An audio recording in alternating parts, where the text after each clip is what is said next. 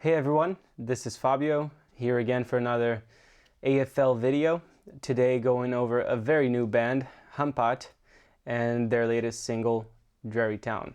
A little bit of background on those guys. Hampaat is a very new band based in Berlin.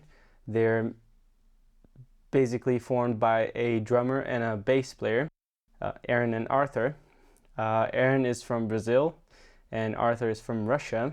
And overall, it's kind of hard to put them in a certain class. They're kind of, post-punk, dark wave, goth, The Cure meets Marilyn Manson meets Joy Division type band.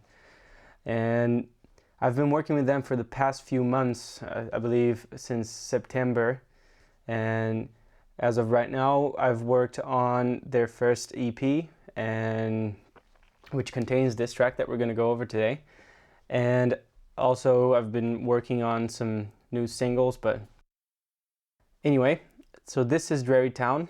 Today we're going to go over the mix session for Dreary Town and how I went about doing some of the processing in the tracks and how it all came together.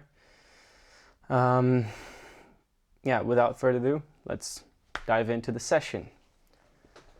Alrighty, so as you can see here, the session was mixed using Reaper, and very, very fast you see that actually we won't be able to go into every detail of it because a load of plugins are missing. See all the red ones? This is because I had a whole cleanup on my computer recently, and yeah, basically a whole bunch of my plugins are just gone. But we still can see some of the things that I did and what the idea behind it was, and we can listen to some of the final prints and some of the stems that I have here. So starting from the beginning, as you can see here, there's quite a good number of tracks. I think we're running off, so we're up to 140 right now, starting at 60. So we had, starting at 67. These are all audio tracks. So as you can see, that's, a lot of stuff. So we had a lot of layers. We can go into the arrange session here. And then you can see there's a whole bunch of crap.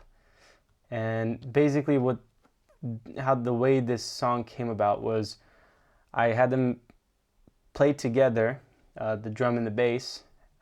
We tracked those two things live, then we just layered a whole bunch of stuff on top of it with overdubs, with guitars, samples, obviously, and not necessarily just to replace because the drums didn't sound good, but because their style actually asks for it. There's a lot of like drum machine sound type things that they like and they wanted to achieve with some of the references that they gave me. So we were kind of trying to get there.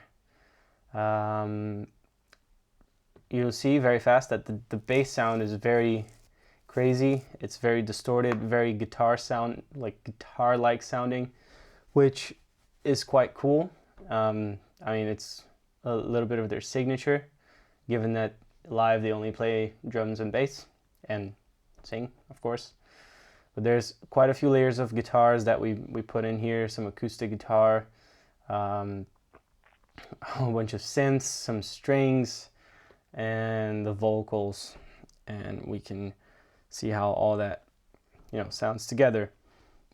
But yeah, as you can see up top here, these are all my buses. Originally I mixed this song using my desk, so that's another thing that we won't be able to fully go into because I don't have it set up right now. But the way I had it was I had the kick coming into channel 1, snare onto channel 2, I believe toms into channels 3 and 4, and so on with the bass and the guitars and the synths and the vocals. and I did a lot of the heavy lifting with, balancing on the desk. Did quite a bit of EQ on the desk as well, and basically summed everything to my 4 stereo buses. And from here, I didn't sum it through, the left and right out. I just went from the buses directly into my interface into stereo pairs, these guys here.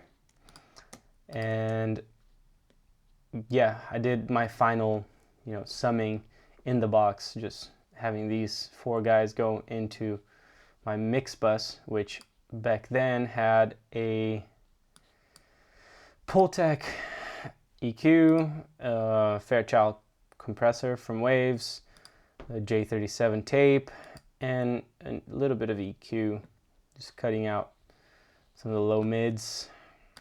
And then that's what I used to print the final print of the track. On the way back, I think there was some processing, yes. Well, I think I had an instance of the J37 on each of the return tracks, and on the drums, I also had an API 2500, which sadly I don't own anymore. But that was kind of the matrix behind how I summed everything. Now, if we, take a little listen to what the drums sound like, it's kind of funny because I can solo the drums before going to the desk, and then you can see the difference that the plugins that I had that are currently not here were making, plus everything that the desk did. You can just really hear the amount of work that went into it. So I'll do that first. So I'll solo the drums.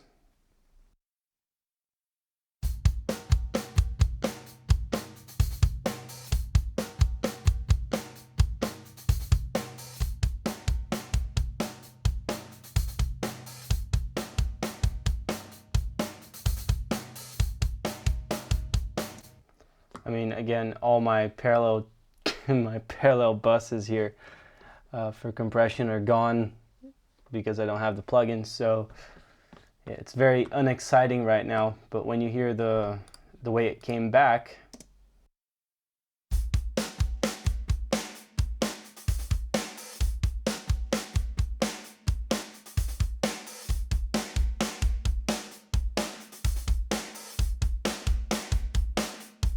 yeah, a lot more exciting. Then moving on to the music, which is the bass, the guitars, and the synths.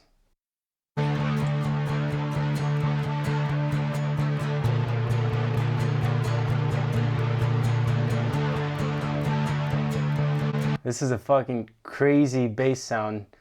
Seriously, it it still chills me sometimes. This is the original.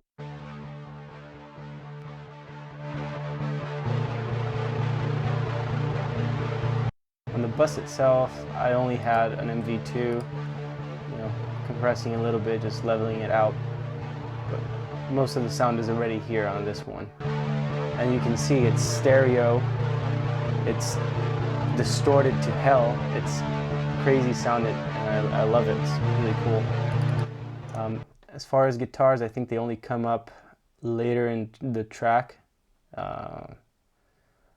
When actually everything blows up. I mean, there's a little section here where it's there in a chorus, but it really does blow up here, and it's cool. We'll get to that in a second. But yeah, moving on. As I said, there's some synths, some strings, the lead vocals, and if you hear the whole thing together, those elements together, this is what they summed up to be. The acoustic now with the bass. If we cycle through, big synth sound, bridge. See.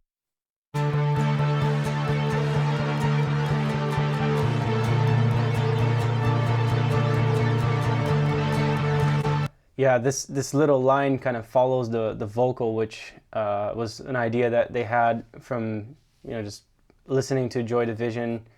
I believe I forget the name of the song, but they had on their track they had this kind of key line that went with the vocal, and then we just thought it might sound cool, so we did that, and it turned out quite nice.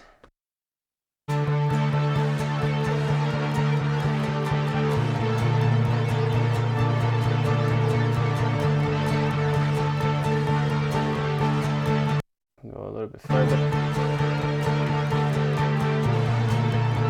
There we go. Then there's an interlude section, which in the final mix, as you see, it will be drowned in reverbs and delays. And it was actually funny because when we were printing the final mix, I did that manually just by getting the effects returns and cranking it up and then bringing it back down for the bridge. Then with the vocals are also quite crazy sounding because Arthur has he sings very low, and low I mean in volume and just kind of, you know, downwards, like, so that's kind of his vocal style. And the way we worked with it was I had him track the vocal twice, one a little bit higher and one a little like regular voice, and then we drowned it in chorus and had a very wide vocal as well. So you can see, I think, here. Nobody likes a sad clown. The worst thing to hear is laughter at midnight.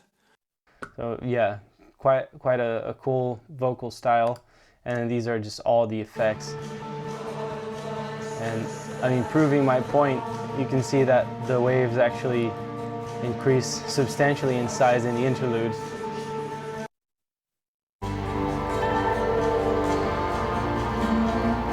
So all together, all the stems together.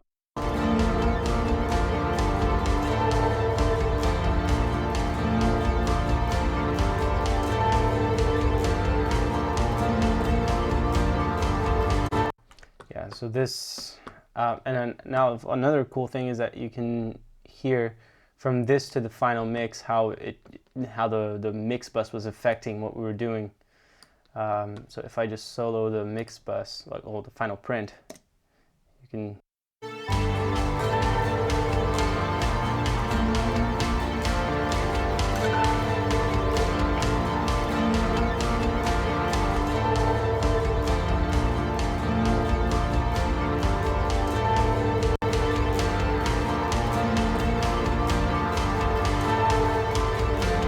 And that leads on to the biggest part of